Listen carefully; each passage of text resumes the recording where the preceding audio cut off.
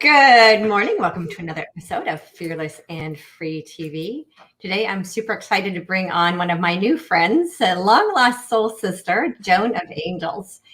Joan and I met in person a couple of weeks ago. We were actually both part of Spirituality Gone Wild, which is, I've talked about it before, it's a spiritual co op of broadcasters. And I met Joan a few weeks ago. I went on a trip out to the desert. I live in Redondo Beach, California, and she lives to me, the desert is Palm Springs, Palm Desert, all of those places. Anyway, somewhere out in that area, Indian Springs. Desert Hot Springs, also known as Desert Hot Springs. Okay, so the desert. The desert. for those of us who live by the beach, it's the desert. So Joan and I met and just like instantly hit it off. Instantly. You know how there are just some people that we meet and it's like, I've known this person for 1,000 lifetimes. Joan and I are like that. So we are both embodied angels, I suspect. So I brought Joan on today, and Joan's going to be talking about listening to our inner guidance system. And she's got tips and tricks and formulas, and it is by far our inner guide is our most powerful guide.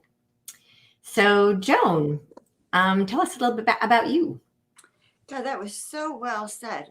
Well, I actually have listened to my inner guidance my entire life, and that's led me to now become Joan of Angels. About 7 years ago, 2013, I was instructed to paint 33 angels in 30 days, thus launching my work as a channel, as a visionary, as an artist for painting divine beings and bringing messages for them, as is with that painting on this side. But that's kind of who I am. I've been a teacher for many years. I've been a chiropractor for 42 years. And so my motto this life has really been, I've known I'm here to heal and inspire millions of people and to remember who they are. And I actually have just shifted things for many people. And that's my mission this life, to help you remember who you are, why you're here, and what you're here to do. So I'm happy to be on your show. Oh, I'm so happy to have you here. So was 2013 an awakening experience for you, or what was that? How did that happen? So, in the course of human events, and I have to go back and do my numbers for that time, but I had left another relationship. I had actually gone to Arizona, studied researching UFOs and UFO crashes, and then I left and I came to LA. And when I got to LA, I went through, really crumbling and chaos, because I just didn't know what I was supposed to be doing in Los Angeles. And I moved into this house, Vaughn's house. It was a penthouse in North Hollywood. There was a woman there named Heather, and she was living there. And of course, I was penniless at this moment. She was living there, and she had just read my book. Now, my book was called The Miracle Makers Club: How to Live Your Soulful and Prosperous Life. This life, okay? Wherever you are. She's reading this book, and she had just said to the owner of the unit, I can't wait to meet this woman. And I walk in depressed beyond belief, okay? The woman who had written that book had just gone through, life and was down on her knees, literally. And she looked at me and she told me how disappointed she was in me, okay? That I wasn't the woman of the book. I can't believe I'm sharing this. I love Heather. She's one of the people I most love on the planet. And that just cut me to the core. I mean, and I knew that, all right? I had stopped talking about, I knew that. I crawled into a shell. But what happened after that was extraordinary, because I really was on my hands and knees asking for guidance. And I did. I got it in the form of Paint 33 Angels in 30 days. That was the end of 2013.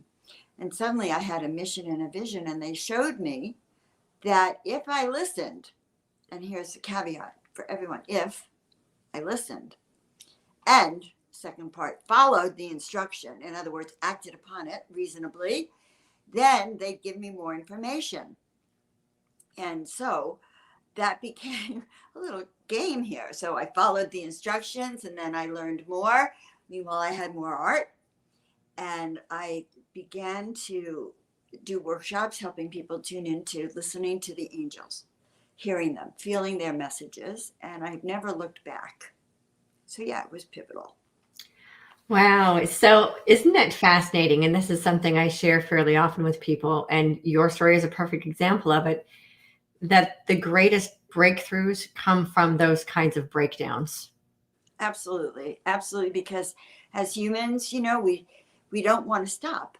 We even if we know we're not on the right path, it's hard to stop. I mean, look at what, and yet the world stopped last year. Okay. Mm-hmm. The world stopped and we're still reeling from it because there's been a breakdown and a buildup. You know, really, we never as humans have had that opportunity before. And it is a breakdown. Yeah. So we are living in a breakdown, chaos time, in a sense, exactly what I was experiencing myself at that time.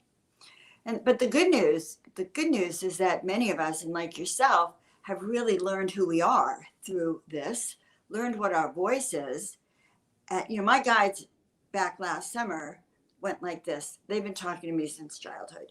They knocked me on the head. I was feeling sorry for myself one day. It was like, well, Joan, do you know your name? And it was like, well, yeah, I'm having a discussion. Yes, Joan of Angels. And they said, well, you know that there's only one of you, right? Because I've been remarking that there's only one Joan of Angels right now. One. It's me. Like billions of people out there, there's only one of me. Really unique. And then they said, the caveat, they said, well, you know, if you don't, it wasn't a threat. It was more like, I'm here to live up to that. And if I don't live up to that, then there's others who will. And so that is such a reminder to each of us right now that one of the caveats of this is that you get to know who you are now, and you get to reveal it, and you get to be it, and you get to live it. Because if not, you know, the game for you is going to shift. That's all I can say. I want to fix this. I want it to be in balance. I'm never in balance. Like, no, you know, I just give up and just let it hang. That's so cute. I just love that. Yes, I should have just done that. It's a one shoulder thing. So that's my story. And that's really, you know, the name Joan of Angels is really just that. Joan means gift of God. God is gracious. And Corona means light, going viral. Your Victoria means victorious. And all I could see this morning before we started was this sword, Archangel sword, or it's a sword that can go through us and that can be our alignment center. So, yeah. And, you know, I had a very, very similar message as well about, you know, 10 years ago when I first started waking up, and that I am the only Victoria Reynolds spiritual teacher, oracle, luminary, you know. But again, if I didn't do it, somebody else would. Yes. Like, I was given this job to do, and if I don't do the job my soul chose for me, find somebody else to do it. So we have to decide at some point if we're going to step up and do the work we're here to do, because somebody else will do it instead. And I have actually seen that, where I didn't step up and do things that Spirit asked me to do, and somebody else did it. Right. Oh my God. Changed the name of my book. I thought to change the name of my book because somebody else got the name of my book, because I wasn't on it. I did not follow Spirit's guidance when I was asked to do things. I can so relate to that, Victoria. Honestly, I went to several psychics over the last 10 years who said, you know, Joan, you were supposed to be famous, but you missed the boat.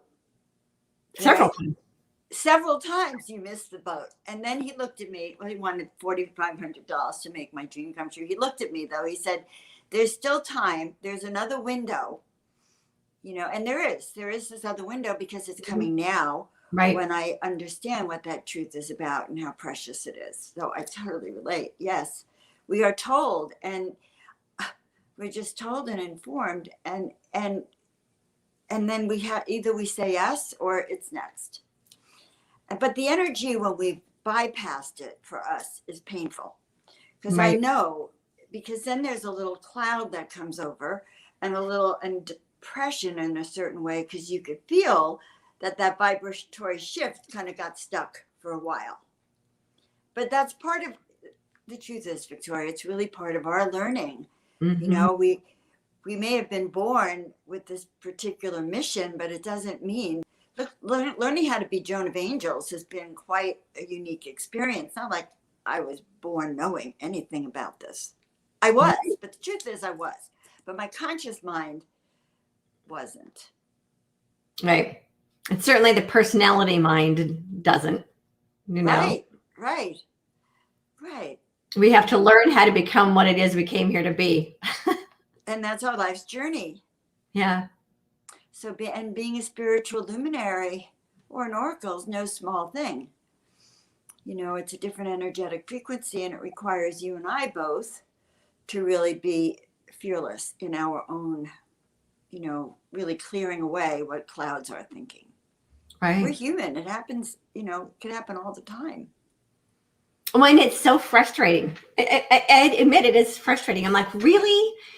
The human experience is not, it's not the easiest, it's not the easiest of jobs. You know, there are easier embodiments, but we chose this one. And sometimes it's really frustrating because for me, I know, I know that this physical form is capable of so much more. And so sometimes it's frustrating. It's like, I know what this physical body is capable of, and yet it's not, it's not doing what I want it to do. Right. We're not teleporting, and I'm not sitting in your living room doing this interview with you on the beach. Right. So that would be my sign when we do this. You know, I had a psychic also, this really amazing being who he said, you know what, when the call went out in the galaxy that Earth was in trouble, we said yes. He said it wasn't about the hazard pay, by the way, or the vacation pay that we're going to get, but the call went out. Earth was the most dangerous place. It's going through its own transformation. And you and I and all of the people listening to this said yes. We came down here very specifically, at least my generation are the volunteers that already Mm-hmm. paved the way. And for the rest of you guys to now take the ball and be fearless. We did. We came here to be those leaders and spiritual luminaries. We didn't actually come here to live a life in a shadow. And what amazes me is that even in 2013, when I was in my most despairing moment, didn't believe in myself, I would still walk in a room and people would want to know who I was, because they could see I had dimmed my light, sort of thought.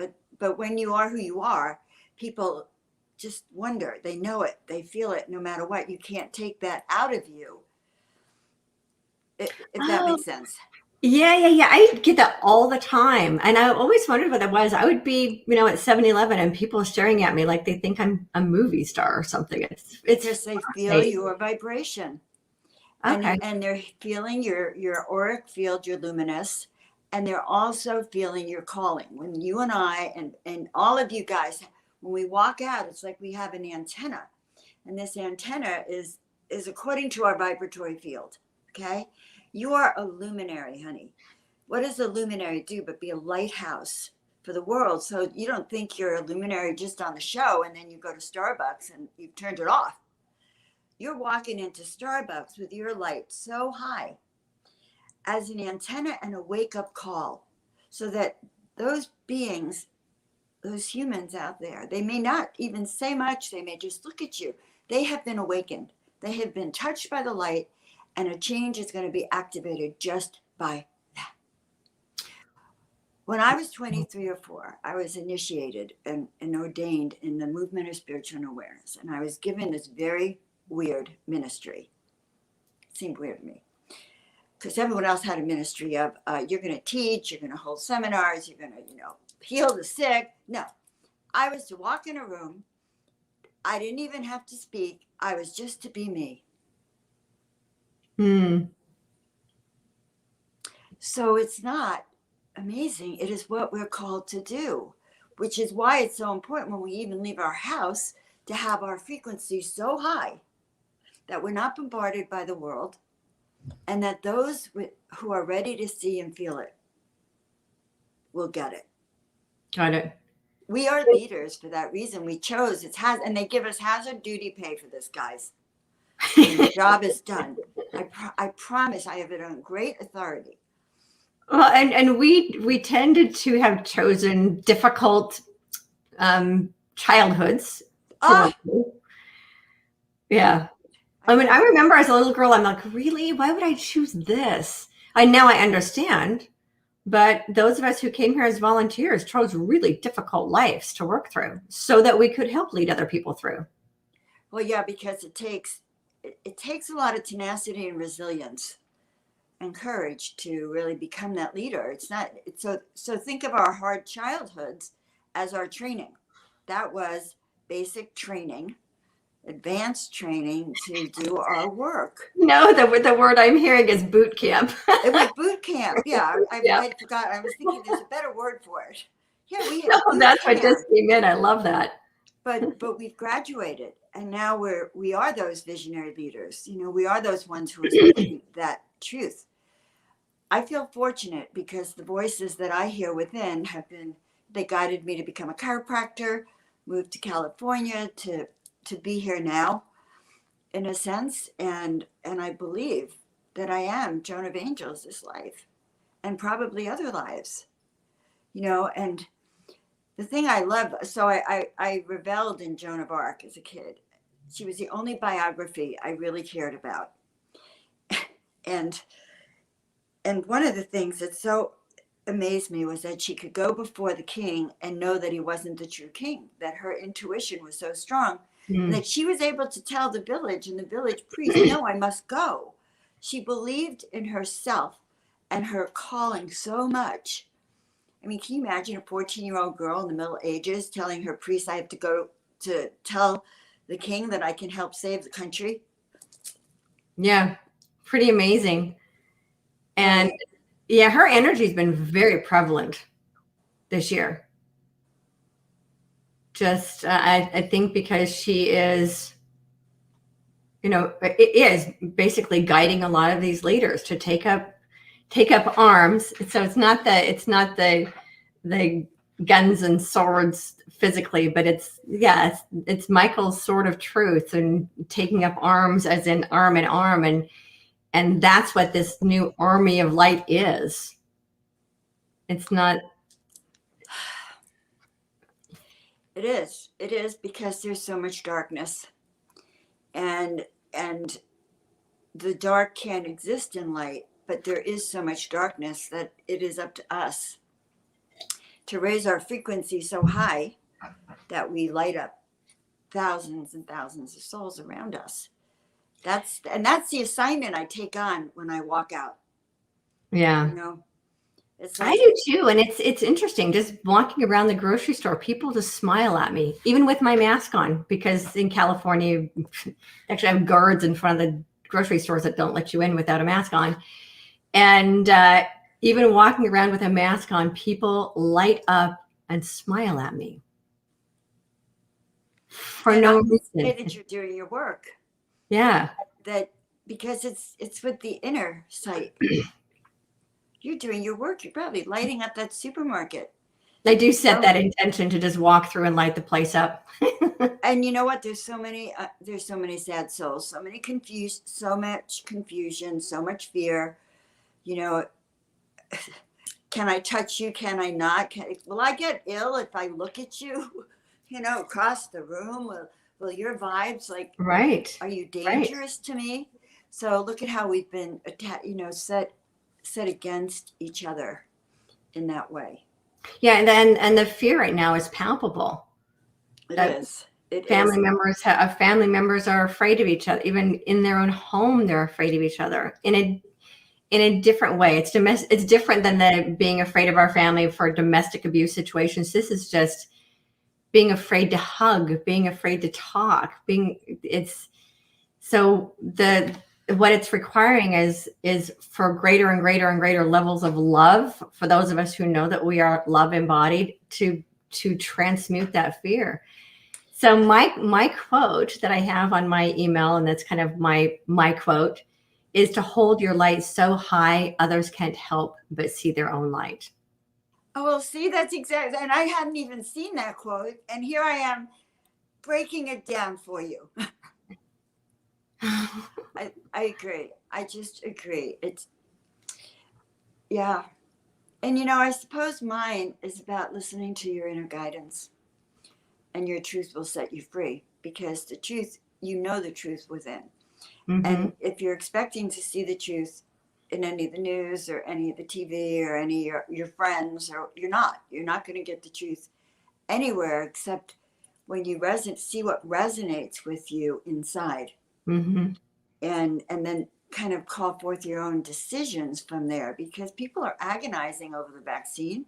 They're agonizing over whether they can see their sister. My sister lives in Fallbrook, and last time I went, my son and I had to we were allowed to take off our masks. We had to sit, apart, Mm-hmm. outside. We were allowed to use the bathroom. But, it's just so awkward. I love my sister. It's just so awkward. What do you mean I can't go in the kitchen? Or that's all I can say. Yeah. Yeah. And so that level of fear, it will melt away. Fear can't exist in the presence of love. We know that.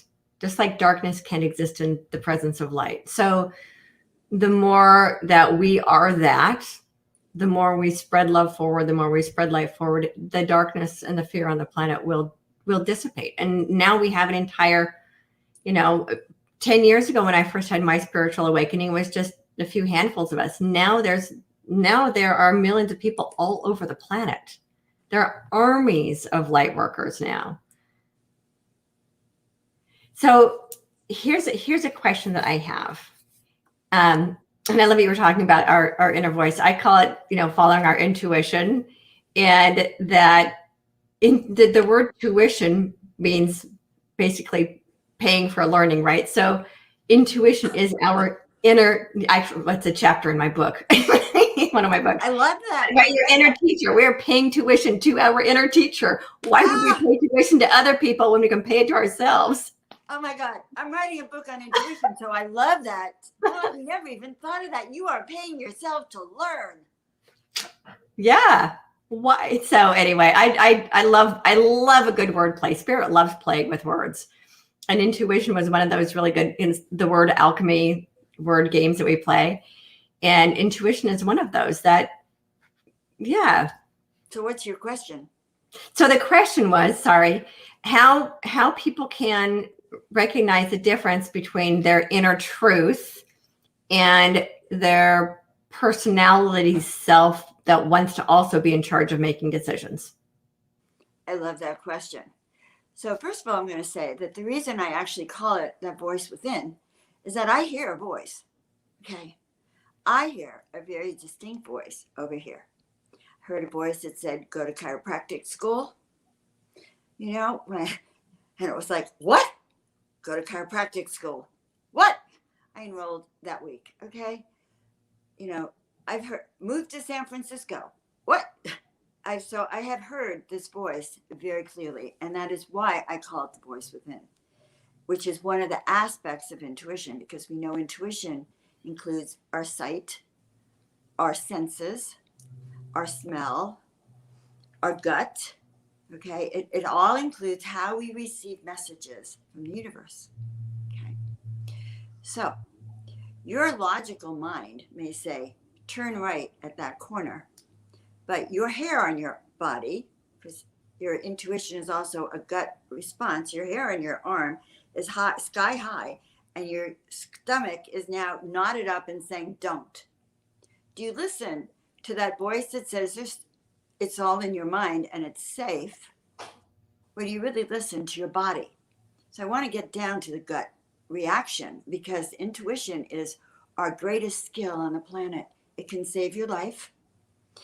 It's what made the Indian natives great trackers until the American government cut their hair off.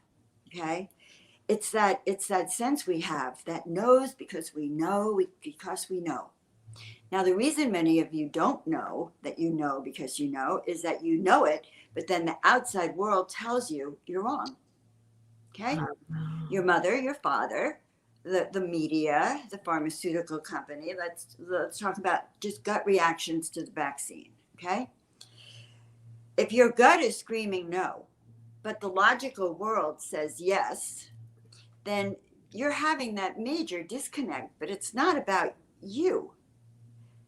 It's because really there has to come a time when you learn that your inside is right. So in the beginning, and this is where the tuition is very expensive, we turn right because we don't trust that. We go, I'm just reacting. So we don't turn right. We turn right rather when our logical mind says, no, there's nothing wrong. So we go blindly and then we get zapped big time. Mm-hmm. That's the whole purpose of the cost of your tuition, by the way, is to kind of mentally wake you up so that you get to the point where you go, oh my God, when my stomach is in knots and my hair is standing up, I better listen. It's truth. And the truth is that right now in our society today, with where our world is, you have to listen to this every second. Every second. Now you need to your body is an antenna. Your intuition is your antenna. Straight from the book I'm writing, but this is it. Mm-hmm. You know, it's what you bring in from the world, and we need those clues now. We need to be able to recognize them so that we can discern if it's the voice of God. I picked up this deck I have called Rebel. It's like the psychic rebel, and I laughed because, yeah, sacred rebel. I guess I'm a sacred rebel. I have to get the truth inside of me. So I don't care if you tell me it's safe or you tell me everyone else is doing it or you're selfish or whatever anymore, because, you know, I've tried that. I have tried to accommodate my entire life. Number one accommodator. And I'm the one who gets sick. No one else gets sick. So the thing is that the cost of the intuition training is high. So I tell everyone to, and actually, if you're interested, they should really go and sign up on my email list, because I'm going to be relaunching my intuition training, and it's a ninja superpower training, because this is critical times. Okay, and critical times are demanding that we know. There's no cap in it. I'm sure Joan of Angels will show up. Oh no, I just do it that way because it's easier for people I know, to well, it looks better. Yeah. It looks much better than small caps. I do it now too. Okay, so does that make sense? So your inner truth is what your gut is telling you. And listen, okay, so 2013, no, it was 2012. I wasn't listening to my inner gut so much, honestly. I go to the accountant, the CPA, and he transmits my tax returns, thank God, because he gives me copies, my kids, 2 kids and I go to my car. I hear a voice that says, don't put them in the trunk, they're going to blow away. A really clear voice. I was like, well, holy moly, what are the odds of my trunk opening up, Joan, and the tax returns blowing away, right? Mm-hmm. So of course I did. I put them in the trunk. I did. And they blew away? And I'm stopped. I don't know what happened. I'm stopping, short stop, trunk opened. We're on a busy road. I cannot get out. By the time I can pull over, there's nothing. And a week later, I get a phone call from this man. He says, I work for the Los Angeles trash department, sanitation department. I found your daughter's tax returns. And he quoted off her tax ID number, her social security number. He did not return them. He said, I didn't find yours. So guys, keep a journal. It's a little notebook that says, my guidance said, call Victoria. And I didn't. What happened? Oh, I missed that big opportunity. I could have been on the radio. Hmm. I had that just a few weeks ago where I didn't listen. I was on spring break with my kids, and we were in Lake Tahoe, and we were trying to find snow actually because a lot of the snow had melted. And I was in my car and we were going to drive to another place on the lake to go up this gondola ride to the top of the mountain. And Oh, my voice said, call them first to make sure they're open. ah, And right. I did not. Because it's so subtle. It was a 3-hour drive to get there, and we got there and found out they were closed. So we ended up eating sandwiches in the car when we could have been on the lake somewhere or could have any other number of things we could do. We spent the entire day in the car on spring break So I driving. just want to point out that that's called intuition training. Yes. And I'm like, Okay. I did just My listen. training is intuitive. Listen to your inner voice. And I have that all the time. And then afterwards I say, oh yeah, I did tell myself to do that, didn't I? And then I didn't. So we just need to get better at That's one, why listening, because we hear, right? Hear the advice, but then actually acting upon it is the bigger issue. It's like because the voice of guidance is there, but then ego or something else gets in the way that we don't follow through on the guidance. So that's our human mind. So you asked me, and the question was really differentiate your inner truth versus, like your personality. And the truth is that you will know when it's your inner truth. Yeah, it's pretty clear. Because you can train yourself. Something happened yesterday. I can't remember exactly, but I found myself saying, well, you know from experience that A, B, C, and D happens when you do it that way. And I was like, oh, yeah, right. And so I didn't do it. I wish I could remember what it was. But I actually had that conversation in my mind was like, well, and I realized that, oh my God, maybe I'm learning finally that when my voice says that, they could be right in a big way. And that's the life-saving component. Listen, intuition, all of those intuitive gifts, which includes clairsentience, clairaudience, clairvoyance, clair empathy, all of that is underneath that intuition training, are your life-saving super ninja power skills that are in your toolkit to save your life and help you live your mission. If your mission is direct from source, as Victoria says, then you better believe that they've actually given you a toolkit. They didn't send you down completely naked, okay? They gave you a toolkit of skills. And part of our life lesson is to learn what they are and to unfold them. They're in our toolkit right here, and you can access them by first paying attention to them, like going, holy moly, because it is one of the most powerful tools that we have now, because honestly, there's no reference point, because what you read today is a lie tomorrow, and then it's possible the day, honestly, the only place you're going to have, now my daughter has a good BS detector. You have to have your intuition's also a good BS detector. You can train it to go, well, does this pass that test?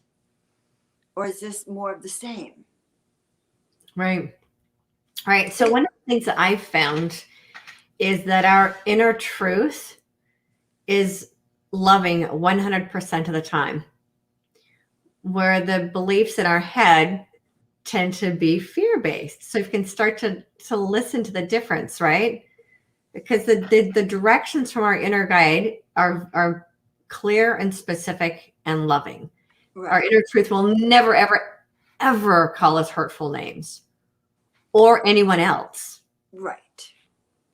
And so sometimes, okay, it's really even a matter of recognizing that we're calling ourselves fat or ugly or stupid.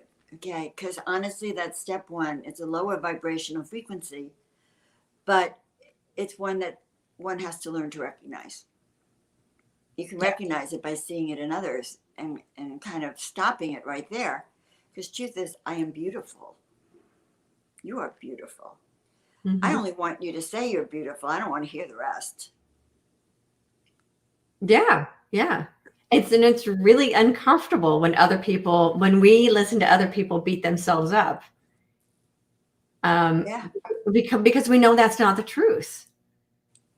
That that there's an aspect of the personality self, the egoic self, that can be very mean, and that is and part of that. The reason I bring that up is for people to start to decipher the difference.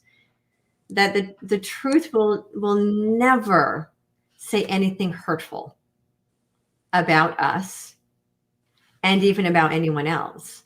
That's what I think is difficult for people to begin to grasp. But that inner voice will always say, again, like you said, sometimes it's very simple commands: go here, do this, do that. And when it's feelings about ourselves and feelings about other people, being able to listen, is this the loving truth, or is this a fear-based belief in my head? Um, and then also what I do, I try to remember to do, is to continually ask myself, what's best and what's next? What's best? What's next? And the instructions are quite clear when I stop and I get out of my head and I just ask. And sometimes the response is completely not what I expect. I'll be in the middle of writing something. I'll say, what's next? And my inner voice will say, go to the beach. That's not on my agenda for today, but that's what I'm being told to do.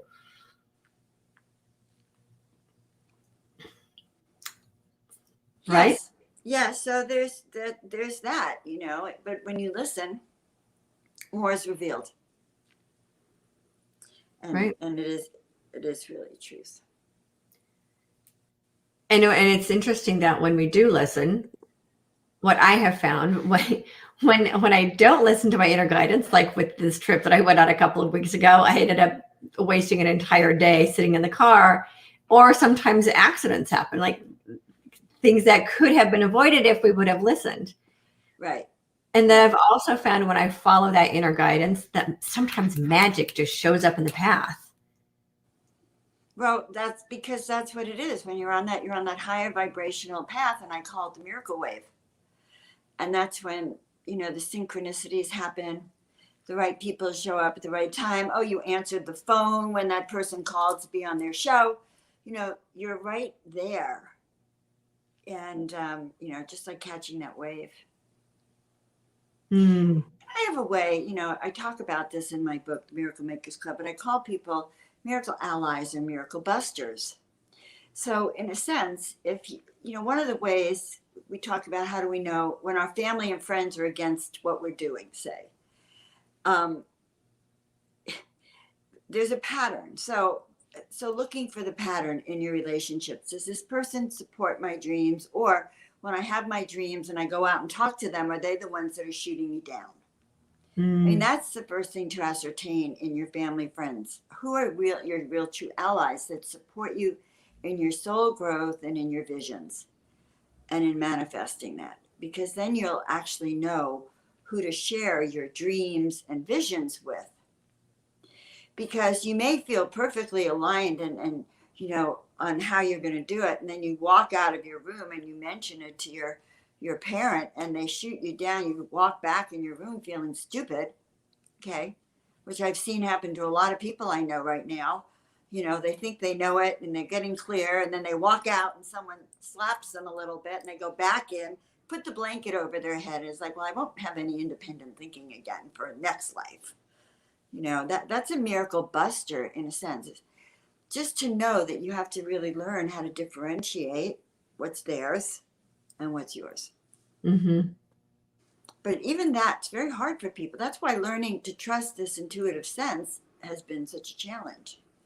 Facing those obstacles of subtle reinforcement of not listening. Right. Well, and that's why, when it comes to starting a new direction in life, and as we talked about in the beginning of this episode, that 2020 has kind of created the breakdown before the breakthrough for humanity as a whole. And so how many people right now are in the process of trying to figure out what's next for them.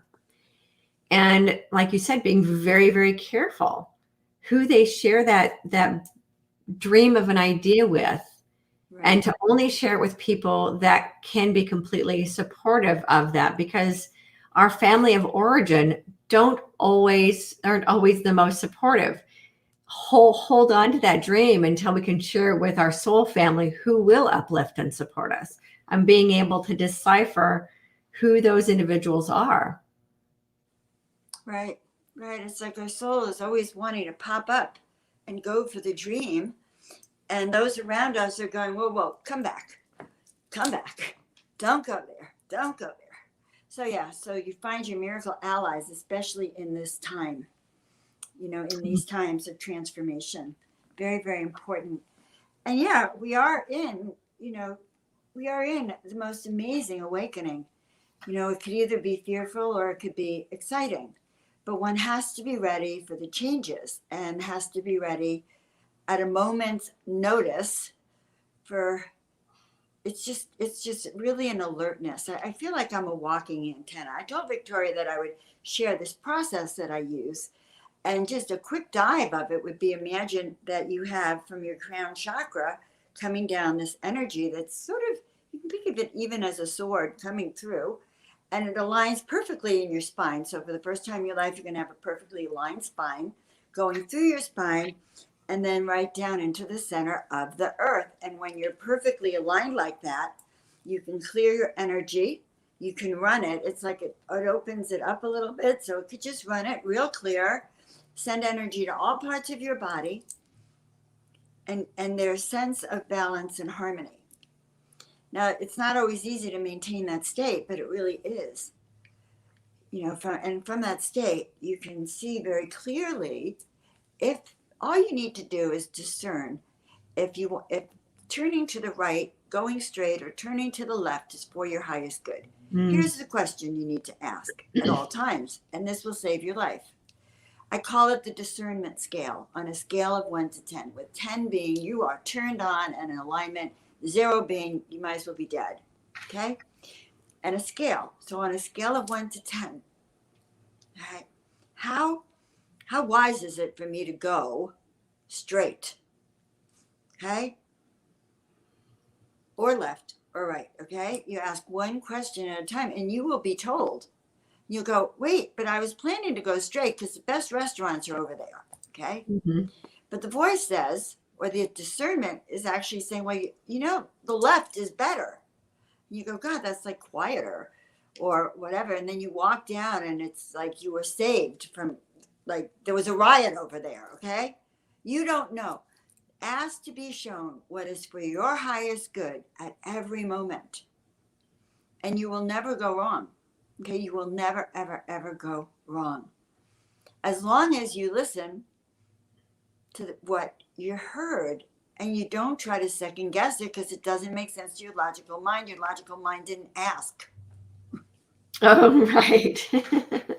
Like with the blowing away of the taxes, the logical mind will get in there, and which is what happened to me on spring break too. Right. My logical mind said, well, when you looked at the website this morning, they were open. But the intuition said, call them first, because they might not be. Yeah. But the logical mind overrode the intuition. Yeah. And then I paid for it later. And and she paid for it. And but then you got a good insight story to tell us all. But I do think it's so funny. Tuition, the cost of not listening to this guidance right now, can be serious. And in all ways, because things are shifting. There's no normal anymore. So honestly, I really feel like it's time for everyone to be a super ninja, super skilled, intuitive ninja. I like that. So you were saying earlier about discernment. What I've been saying for a couple of years is that we are past the information age. We are now in the age of discernment. And that has become even more obvious in the past year, because every person out there has the ability to speak their truth. Now, not as much, since a lot of been censored the last couple of months, but over the past few years, anybody can speak their truth online, which requires, or their beliefs or their BS or their hate or their love or anything. Anybody can say basically whatever they want on the internet. So this Until required, recently. well, until recently, I mean, this required us to really learn how to use that discernment muscle, which is, it's part of our free will choice is the ability to choose. What we're being asked now is to get really, really good at making conscious choices. And we've never really had to exercise that muscle before. Now That's why I have that we have to discernment. exercise that muscle. Yeah, that's why I teach people that discernment tool, because how else? I thought it was a miracle when I discovered it. When I was shown it, because I need to see it clearly. And I'll either ask my pendulum or I'll use that scale, but I want to know, and usually I do follow that advice. And then, and when I don't, I'm actually consciously aware I'm not listening to my intuition. Yeah. So, and discernment is one of the things in our toolkit. Like, sit down, and this is what I tell our listeners: sit down and write out what's in your toolkit. Like, you're not unarmed here. You have plenty of tools here, spiritual tools that you can have. You just have to kind of get that kit together so you actually know what they are.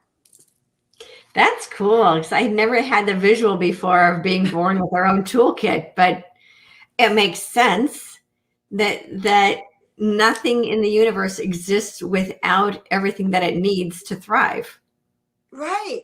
And if we took hazard duty pay to come down to Earth, okay, for this time to share that light and just turn the planet into pure light, you don't think they sent us here unarmed, naked, completely, right? Like the powers that be, honestly, like and I pulled a card about that this morning. It was really clear. You are so protected. Yes, we are protected, and we have our own divine toolkit. Oh, show them that card, because I think a lot of people who are watching this are going to really appreciate the two things that you said before we started broadcasting. That today is a one day, which is Numerologically, it's new beginnings. And then you pulled this. Do you still have the card on the top? I do. So I told you, and look, it matches the painting that I had to run and get. Yes, and this card comes from Amazing Deck Earth Warrior Oracle. And when I read it, I was blown away because it was about spiritual warfare, and completely about spiritual warfare, and knowing that you're completely protected. Okay, completely protected. So my message to all of us is, like, we chose to be here. These are the times we came here for. We came here for this, and you have everything you need, and you have teachers. You're finding teachers who are showing you the way, but you have a unique gift that's uniquely yours. We need it. We all need it. We are a spiritual army. I call, calling all angels, a brigade of angelic beings that are circling this planet, getting stronger and stronger on every circle. And I have chills as I say that. So my logical mind would say, well, she's talking about angelic beings circling the earth. I have chills as I say it because I see it and I know this to be true. Right. And the logical mind would try to say, she's nuts. There's no such thing. But we know that inside there are enough of us who know that's true, that we are an army of light. We chose to incarnate at this time specifically for that role. Right. And as you were saying, each one of us has our toolkit. So my spiritual tools might be a little bit different than yours or someone else's, but it doesn't mean that our tools are any less or any more valuable than anyone else's spiritual tools. We each came with our toolkit. Right. And a lot of people are just now getting their tools activated. Right. And I couldn't use your tools unless they were meant for me, because they're aligned with, they're specific to each of us. And you know, I just had this glimpse, makes my heart sing, was that when I pulled that card, I guess that's what we're talking about today, where this is spiritual warfare, and you all have a toolkit, you know, and the price is your intuition training. Right. Yeah, you all have a toolkit, and this is the time to use it. Yeah, and to not be afraid of it. So one of the things I found is that some people, when they start having their spiritual awakening and their gifts start being activated, they're afraid of their gifts. And I mean, I know from me, because of the very fundamentalist religion that I grew up in. But I think for some other people, it's from past life experience of when they did use their gifts, they got, strung up, beheaded, drowned.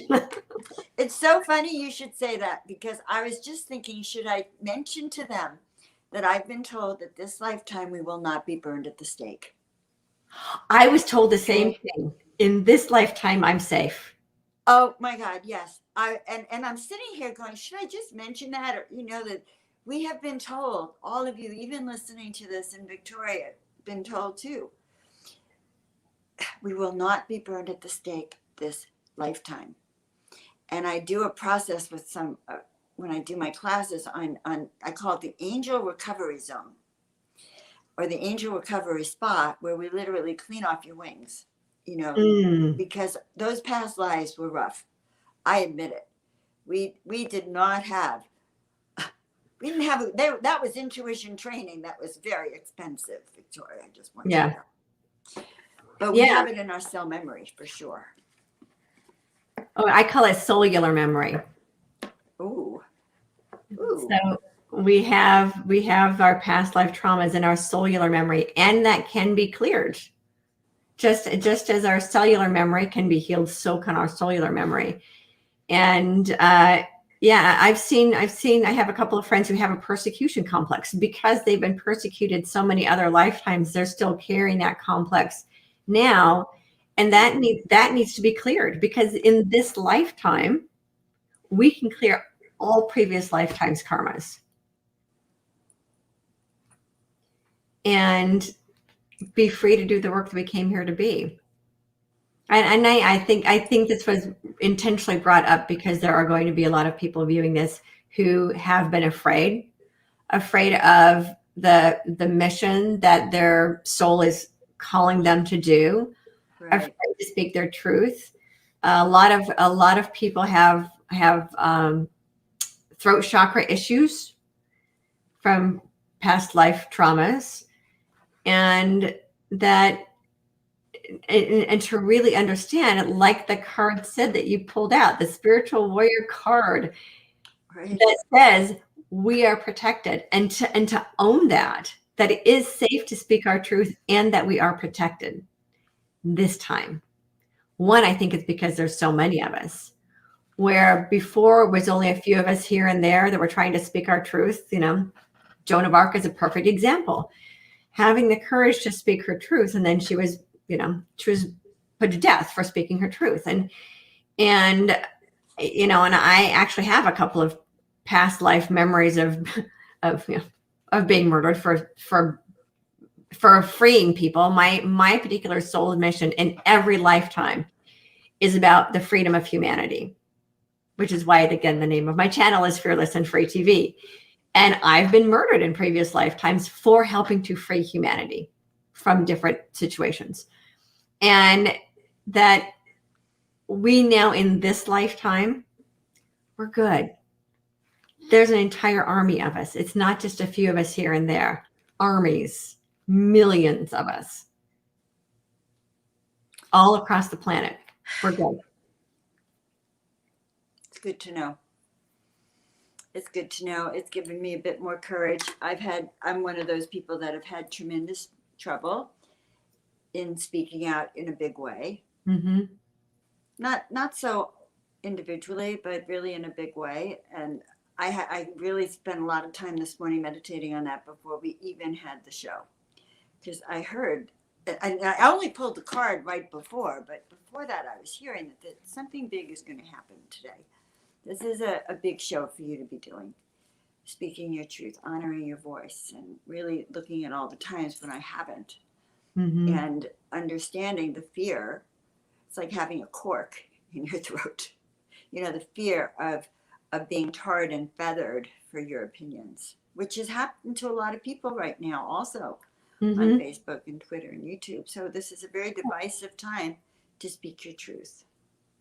Yeah, and what has been happening online, that the getting attacked, is also kind of building that resilience muscle. So I remember when I'm going to share this really quick. When my son, his first day of sixth grade, some eighth grader told me to go kill himself. And he was saying, Mom, this is middle school. And I said, you know what? I said, the one thing you will learn from middle school, you will learn resilience. And that's what we're learning now. Take the jabs. Sticks and stones may break our bones and words can never hurt us, kind of thing. Well, I mean, words do hurt. But when we understand that they're just words and we put on the armor, for some people it's the armor of truth. For me, it's the armor of love. They can send those negative words at me, and I just know that those are their projections of judgment. It has nothing to do with me, And all to do with them. and it's everything to do with them. Yep. Absolutely. So we're developing our resilience muscle, right along with the discernment muscle. Yeah, and then tenacity. My mom used to tell me years ago, I'd go to speak at all the chiropractic seminars, and she'd say, well, Joan, I'd say, Mom, what should I talk about? And she'd say, well, talk to them about tenacity. And I'd go, well, why tenacity, Mom? She said, because you never give up. Mm. And, I'm 72, and I'm still living that same vision I had when I was 30 and before, and still have never given up. I could sometimes get lost, sometimes, sort of forget the way a little bit, for not as long anymore. Believe me, they kind of slap me pretty quick. But tenacity, not to give up. Yeah. Yeah. And even this too shall pass. And, we're in a really difficult period here in our country. And I keep looking, okay, I asked for the outcome for the highest good of all concerned. And I've had opportunities in the courtroom to win a major lawsuit. I won $7 million one year. I put angels in that courtroom. So around the judge, the jury, the opposing everyone, and the audience and the press, and won that trial and they sang the Hallelujah chorus. So actually I'd like everyone to place angels around our planet completely, and angels around those who are defending freedom, that we can and believe that what is for the highest good is going to emerge, and we will hear that Hallelujah chorus. That's what I heard when I won the award, and that's what I believe we're going to hear. I do too. I can actually hear them right now. Hosts of angels singing hallelujah. Oh my God, and that's why I said it. The earth has been liberated. So let's all hold together, Victoria. Oh my God, that's why I brought that painting out. Victorious and free, holding the sound of freedom, the sound that the truth shall be revealed, and that all is unfolding for the highest good of all concerned. And that Hallelujah chorus is those angels circling around the earth and spreading those seeds of miracles and blessings. Because each of us has that tenacity to remember who we are. So be it. Fearless and free with Victoria. Yes, I love that. Yeah. Well, that's my job. That's what I here again. And it's interesting. Doing it this way is different than I've done in other lifetimes, where I was actually physically on the field rescuing people. This time it's about creating a space it's really spiritual freedom. Also mass, you're dealing this lifetime with mass ascension, mm-hmm. as opposed to one-on-one. So I was shown on a ship, like energetically raising the vibratory frequency of everyone on the planet requires you to be there transmitting. Right. Right. All of Yeah, us and it's can interesting that you transmit say it. about ship because Spirit has called this our spaceship numerous times. On Oh, I this, knew you were going to say that. I knew you were going to say that spaceship word. Right then, I have an extraterrestrial being right there, and he said spaceship. It's just like the spaceship, Joan. spaceship. Earth is a big spaceship, and we, every single one of us, holds the vibration for what is the greatest good of all concerned. So the higher we can hold our own vibration, the more we hold it for those who don't have the awareness of being able to do it for themselves. Right. Right. So we have to hold the whole world in our arms. Yeah. No, we do. And send love to it every day. I bought myself a little globe, and I do. I just do a lot of work sending energetics. Let's just hear the holiday chorus. I heard it too, Victoria. I did. I just heard it. I Hallelujah. Hallelujah. Holly, Holly. Yeah. Yeah. I'm so glad that you invited me to be on the show. I'm so happy that Steve brought us to meet. I thought that was such a treat.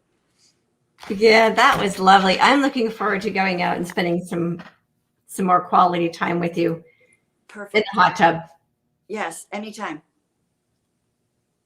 Okay. Anytime. Well, it is time to sign off. Unfortunately, we did have a couple of people who came to join us live. Kathy Mason says you both are beautiful. Kathy. Mwah, mwah. Yeah, we love Kathy. I keep telling her she needs to be on my show because, Kathy's amazing. And I feel like she's a global cheerleader for the light workers. She's just amazing. I feel like you're amazing, Kathy. I'm looking forward to talking to you again soon. Yeah. You are brilliant. Kathy is brilliant. Plus, you are a great interviewer. Your shows are fantastic. That's to Kathy. It's also you. I know. I'm looking at myself. She's still watching.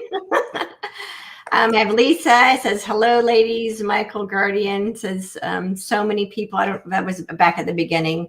An individual named Michael Guardian, who I love the name that he has chosen, his avatar for himself. That's a great name.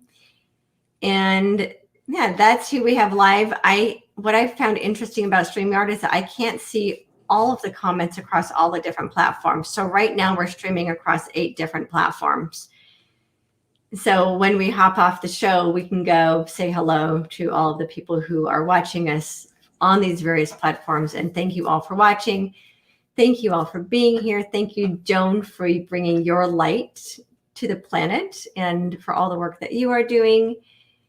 And for everyone who is a part of the Army of Light, thank you for the work that you are doing in helping to liberate humanity and all life on Earth from the darkness.